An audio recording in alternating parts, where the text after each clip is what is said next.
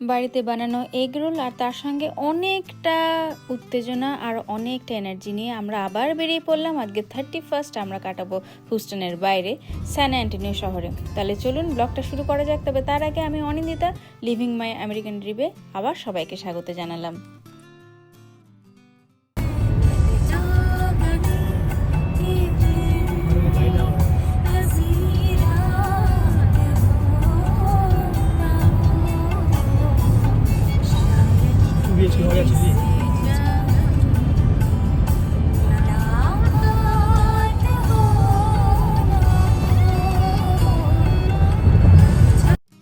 গাড়িতে যদি পছন্দ মতন একটা প্লেলিস্ট থাকে আর তার সঙ্গে বাইরের দৃশ্য যদি এত সুন্দর হয়, তাহলে 2.5 ঘন্টার জার্নিটা যেন জার্নি বলেই মনে হয় না। কখন যে চোখের নিমেষে সময়টা কেটে গেল।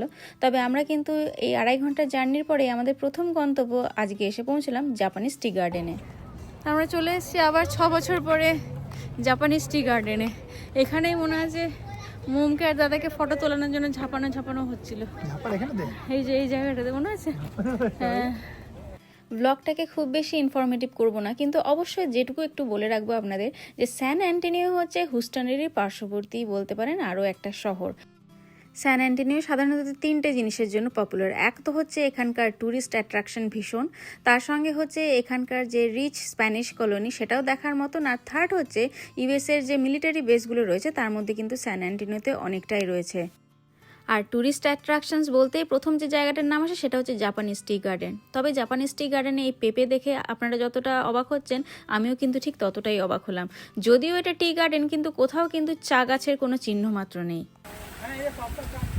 ওই ফুলটাই তো হয়েছে ওপরে। এটা প্রথমে এরকম, তাই না? একটা পেঁপে গাছের 4টে ভাগ হয়ে গেছে ওপরে। কি করে পসিবল এটা? না, এটা পরে দেখেছি না, এটা এখান থেকে উঠে না। হ্যাঁ, তখন কেটে করে দেয়। উপরে উঠতে অ্যালাউ করে, একবার উপরে উঠে গেলে 4-5টা বাঞ্চ হয়ে যায়। কত পেঁপে হয়েছে আবার এদিকে ওদিকে। এটা হয়তো তৃতীয়বারের জন্য আমাদের স্যান অ্যান্টনিও আসা। আসলে বাড়ির থেকে এতটাই কাছে, তাই ভাবলাম যে এই 31sta শুধু বাড়িতে বসে না কাটিয়ে একটু কোথাও ঘুরে আসা যাক। আর সেরকম হয়েওছে, জানেন তো, বলেছি তুহিনের পায়ের তলায় সর্ষে, ও একটু সুযোগ পেলেই কিন্তু আমাদেরকে নিয়ে বেরিয়ে পড়ে। অবশ্য ওর দোষ দেবো না, ইচ্ছেটা কিন্তু আমাদেরই ছিল। আর শুধু জাপানিজ টি গার্ডেনে গার্ডেন মানে শুধু গাছপালা নয়, তার সঙ্গে কিন্তু এইরকম সুন্দর একটা জলাশয় রয়েছে, প্রচুর মাছ। আর রণ তো পারলে এক্ষুনি ওখানে ঝাঁপিয়ে গিয়ে 2-3টে মাছ ধরে নেয়, কিন্তু অনেক কষ্টে ওকে ধরে রাখা হয়েছে। এই এত সুন্দর সুন্দর মাছ দেখে সত্যি ইচ্ছে করছে না দুটোকে একটু বাড়ি নিয়ে যায়। ও কিন্তু ওই চেষ্টাই চালিয়ে যাচ্ছে। এই যে পাথরের স্টেপগুলো দেখতে পাচ্ছেন, আসলে এই পুরো জায়গাটায় যদি আপনাদেরকে দেখা, স্ট্রাকচারটা কিন্তু ওই পাথর দিয়ে ঘেরা। আগে নাকি এখানে বিশাল বড় ওই পাথরের খণ্ডই ছিল, সেগুলোকে কেটে কেটে এরা সুন্দর একটা এরকম পার্কের আকার দিয়েছে। যদিও বললাম যে নাম কিন্তু জাপানিজ টি গার্ডেন, আর হয়তো জাপানে যে সমস্ত গাছ হয় তার কিছু কিছু এখানে রয়েছে, যেমন ওই কলা গাছ, পেঁপে গাছ, তার সঙ্গে বাহারি নানান রকম ফুল তো রয়েছে এখানে। যাই হোক, সমস্ত কিছু পেরিয়ে অনেকক্ষণ ধরে ঘোরাঘুরির পরে এবার আমরা চললাম একটু রেস্টুরেন্টের দিকে। রুটিনি, আজকে কি খাবি? জাপানিজ? হ্যাঁ, কি খাবি জাপানিজে? আর দেখি কি আছে। সুশি না?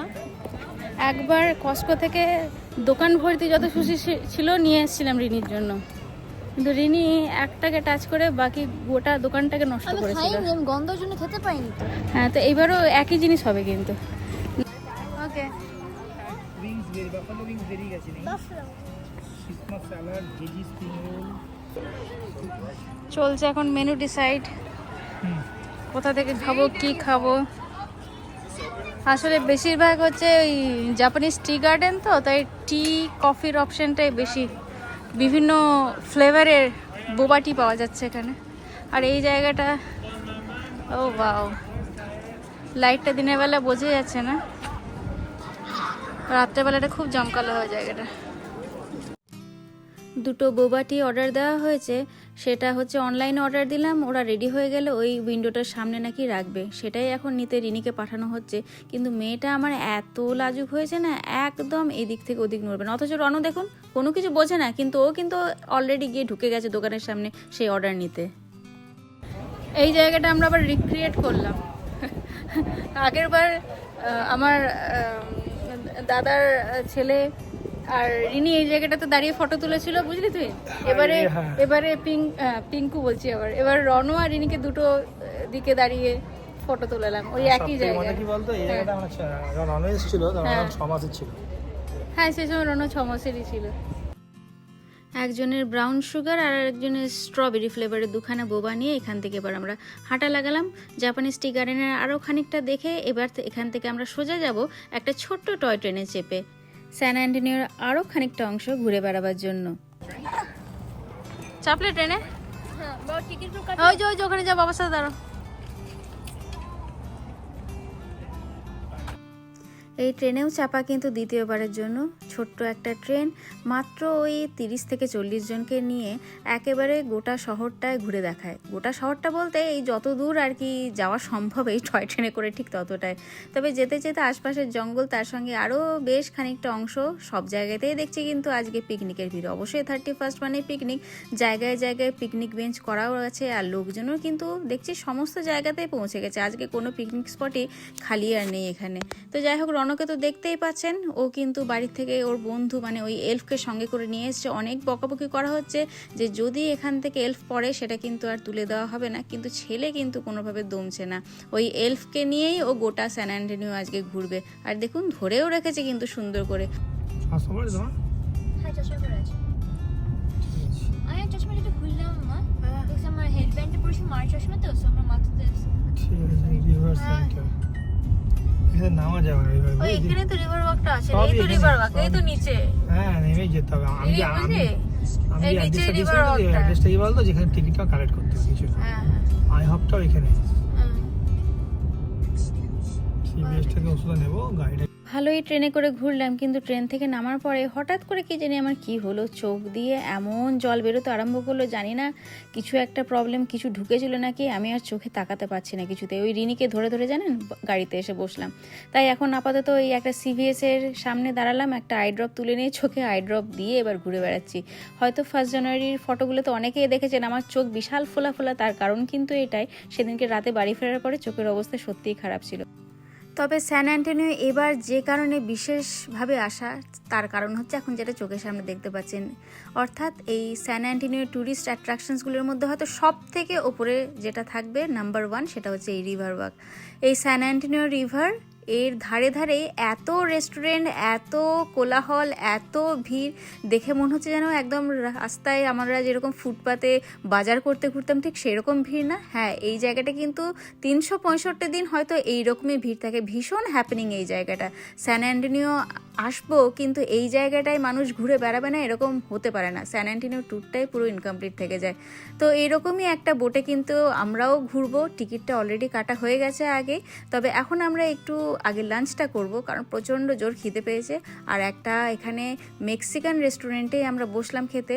এখানে রেস্টুরেন্টে এক একটা জায়গায় আপনাকে জানেন 1 ঘন্টা থেকে 1.5 ঘন্টা পর্যন্ত ওয়েটিং লিস্টে আপনাকে দাঁড়িয়ে থাকতে হচ্ছে। আজকে এমন পরিমাণে এখানে রাশ চলছে। যদিও একটা রেস্টুরেন্টে অনেকক্ষণ ধরে ওয়েট করার পর, মানে প্রায় 40-45 মিনিট, তারপরে কিন্তু বেশ সুন্দর একটা লাঞ্চ কাম ডিনার আমরা এনজয় করলাম। আর তারপরে চলে এলাম কিন্তু লাইনে দাঁড়াতে। এটা হচ্ছে সেই বোট রাইডের লাইনটা। হ্যাঁ হ্যাঁ হ্যাঁ, বিহেভিয়ার দেখে বোঝা যাবে।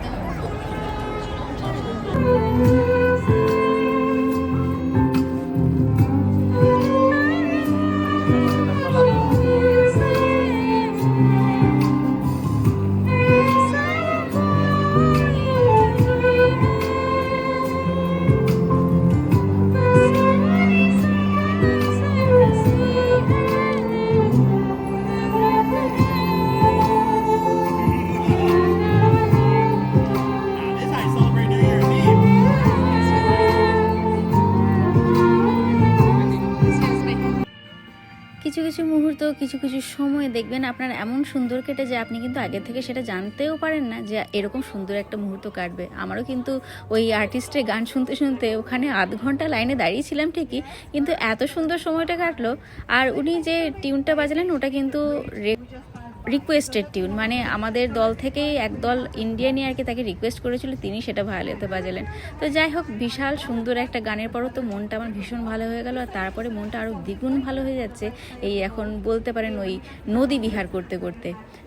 যে আমাদের গাইড রয়েছেন, মানে যিনি আর কি এই বোটটা চালাচ্ছেন, তিনি কিন্তু এপাশ ওপাশ নানান জিনিসপত্র ব্যাখ্যা করতে করতে যাচ্ছেন, মানে কোনটা কি বিল্ডিং সেই সমস্ত কিছু। তবে আমি ওই সব ব্যাখ্যাতে না গিয়ে একটা শুধু সোজা কথাই বলছি যে এই যে নদীটা দেখতে পাচ্ছেন, এটা স্যান অ্যান্টনিও রিভার। আর এই রিভারটা কিন্তু এক এক জায়গায় গভীরতা এক এক রকম, কোথাও 4 ফিট, আবার কোথাও নাকি 15 থেকে 20 ফিট পর্যন্তও রয়েছে। আর এই যে নদীটা দেখতে পাচ্ছেন, সেটা কিন্তু খানিকটা ন্যাচারাল, আবার খানিকটা কিন্তু ম্যানমেড। খানিকটা নদী প্রথম থেকে ছিল, আর খানিকটা ওই পরবর্তীকালে ম্যানমেড ওয়েতেই আর কি পুরো জায়গাটা বিল্ড আপ করা হয়েছে। এই নদীকে কেন্দ্র করেই কিন্তু বলতে পারেন এই স্যান অ্যান্টনিওর যে প্রধান অ্যাট্রাকশন, ট্যুরিস্ট অ্যাট্রাকশন, সেটা কিন্তু এখানে চলে। আর নদীর তো শেষ বললাম যে এক প্রান্ত থেকে আরেক প্রান্ত আমরা চলছি, গোটা যে ট্যুরটা সেটা ছিল প্রায় 30 মিনিটের একটা ট্যুর। নানান রকম সুন্দর সুন্দর ছোটোখাটো গল্প, তার সঙ্গে ছোটোখাটো ঘটনা, এই সমস্ত দিয়েই কিন্তু পুরো ট্যুরটা আমাদের কমপ্লিট হলো। বাজে এখন প্রায় সন্ধে 7টা, ফিরতে হবে এবার শহরে, আমাদের নিজেদের শহরে। তাই আবার জার্নি আমাদের শুরু হলো। স্যান অ্যান্টনিওকে আবার টাটা করে আমরা শুরু করলাম আমাদের জার্নি। এখান থেকে দেখাচ্ছে এখনও 2 ঘন্টা 45 মিনিট। চিড়িয়াদের মতন দেখতে। আরও 72 মাইল রয়েছে, কিন্তু চার্জটা হওয়ার জন্য আমরা একটা ওই কি বলবো, খানিকটা হাত পা ছাড়াতে, হ্যাঁ হাত পা ছাড়াতে, চোখ ছাড়াতে যা ঘুম পাচ্ছিল রিনি আমার তো চোখের অবস্থা দেখ রিনি, একবার চেহারাটা গিয়েছে। আরও 72 মাইল বাকি আছে আমাদের এখনো যেতে, 1 ঘন্টা এখনো। আর কি ঘুম পাচ্ছে। লাস্টে তুহিনকে বললো, তুই একটা কফি না, আমি তো কফি খাবো না, কিন্তু তুহিন একটা কফি নেবে আর একটু হেঁটে চলে বেড়ালে অন্তত চোখের ঘুমটা কাটবে। এই যে কোনো লং ট্যুরের আমার এটাই সব থেকে বিরক্তিকর লাগে, এই সেম ডেতে বেরিয়ে, মানে একই দিনে বেরিয়ে সারাদিন টোটো করে ঘোরার পরে আবার সেই দিনই বাড়িতে ব্যাক করা আমার প্রচণ্ড কষ্ট। আমি রাত্রেবেলাটা, মানে সারাদিন ঘোরার পর এত টায়ার্ড লাগে, আর এই রাত্রেবেলায় জার্নি করতে পারি না। তুহিন আবার কি নিয়ে আসছে দেখি, কি তুহিনের শপিং কোথাও থামবে না। তুহিন একটা রেস্ট এরিয়াতে দাঁড়িয়েও শপিং করে যাচ্ছে। কি পাওয়া গেল, কি পাওয়া গেল? ক্রিসমাসের হুডি নাকি? এটা হুডি না, এটা কি? ওখানে তো হুডি না, এটা ওইটাই। আমার নিজের চার্জ তো শেষ হয়েই গেছিলো, তার সঙ্গে ফোনেরও চার্জ শেষ হয়ে গেছিলো, সেই জন্য হঠাৎ করে ব্লগটাকে ওখানে থামিয়ে দিতে হয়েছিল। তো যাই হোক, দেখতে পাচ্ছেন আমরা 11টায় বাড়ি ফিরে গেছি। 1 ঘন্টা জাগার পরে এই হচ্ছে আমাদের কমিউনিটির বাড়ির অবস্থা।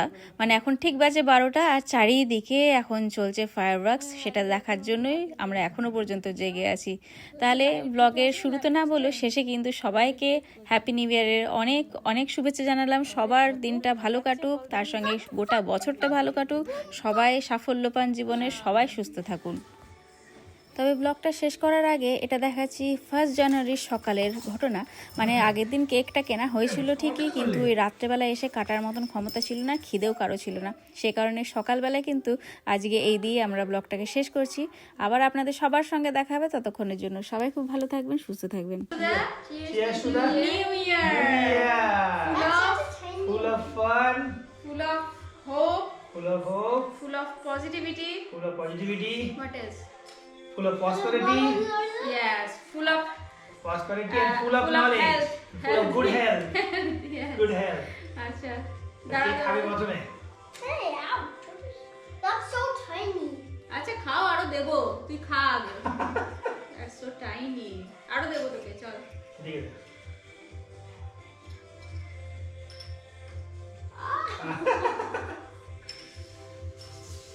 বাবাকে অল্প দিই। এইটুকু একটু ছোট মিষ্টিটা। বাবা সেই সিনেমার অ্যাক্ট্রেস গুলোর মতন করছে, but still I will not insist you, like it's good to have smaller piece. যারা সিনেমা টিনেমা করে না, খুব ডায়েট ফাইট করে, এই না না না কেক খাবো না, কেক খাবো না, মানে একটু কেক খেলে ওদের 1 কেজি ওজন বেড়ে যাবে। গুড না? Good job. And then I'll be